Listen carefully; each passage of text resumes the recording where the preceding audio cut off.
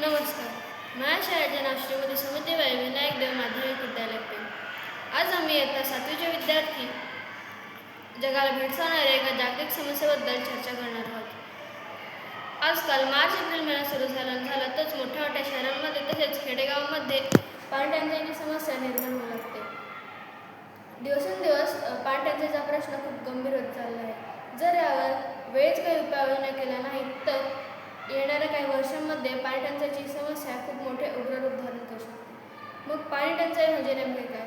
पाणी टंचाई म्हणजे पाण्याची असणारी गरज व पाण्याची उपलब्धता यातील असणे. पाणी टंचाईची प्रमुख कारणे: वाढती लोकसंख्या आणि शहरीकरण, पाण्याचे प्रदूषण, हवामान बदल, अनियमित पाऊस, अकार्यक्षम शेती,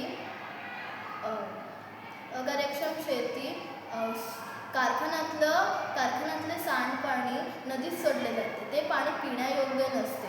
आपण बॉटलमध्ये जे पाणी शाळेत घेऊन जातो त्याचे उरलेले पाणी आपण बेसिनमध्ये ओततो.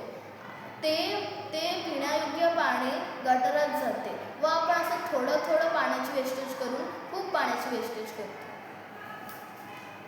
पाणी टंचाईचे परिणाम: पाण्याच्या टंचाईमुळे शेतीची उत्पादकता कमी होते. पाण्याच्या टंचाईमुळे अपुरी स्वच्छता होते. त्यामुळे आरोग्य समस्या निर्माण होतात. पाण्याच्या टंचाईमुळे जलस्रोतांवर संघर्ष होतो.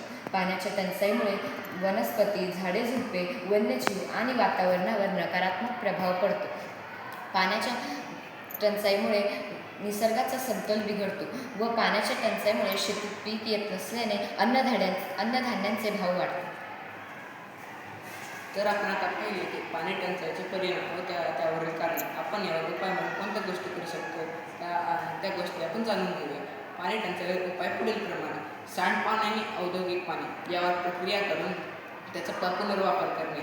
तसेच नदी पात्र, तलाव यांमध्ये कपडे धुणे टाळणे. तसेच वाहत्या नळाखाली कपडे न धुणे या गोष्टी आपण केल्या नाही पाहिजे. तसेच शेतीसाठी आधुनिक आणि कार्यक्षम सिंचन पद्धतीचा वापर करणे. भूजल पातळी वाढवण्यासाठी आपण पाणलोट व्यवस्थापन केले पाहिजे. तसेच आपण पिण्यासाठी आपल्याला जेवढे पाणी लागते तितकेच घेतले पाहिजे. नळ ते दुरुस्त करणे, पावसाचे पाणी साठवणे. तसेच आपण तांदळाचे पाणी, भाजीचे पाणी आपण धुतल्यावर जे पाणी राहते ते आपण कुंडीत झाडाने घातले पाहिजे. तसेच आपण कपडे धुताना जे पाणी होते ते आपण फरशी पुसण्यासाठी वापरले पाहिजे. आपण आता पाहिले तर जपानमध्ये आता समुद्राच्या पाण्यावर प्रक्रिया करून एक असा प्रकल्प तयार केला आहे की आपण समुद्राच्या पाण्यावर प्रक्रिया करून त्यातून पिण्यायोग्य पाणी तयार करण्यात आले आहे. तसेच रेन वॉटर हार्वेस्टिंग नावाचा प्रकल्प आपण केला पाहिजे. पाटबंधारे बांधणे, तसेच छोटे तलाव बांधणे, जमिनीत पाणी साठवणे या गोष्टीचा आपण वापर केला पाहिजे. आपण या गोष्टी केल्यावर आपण पाणी टंचाईची समस्या सोडू शकतो. धन्यवाद.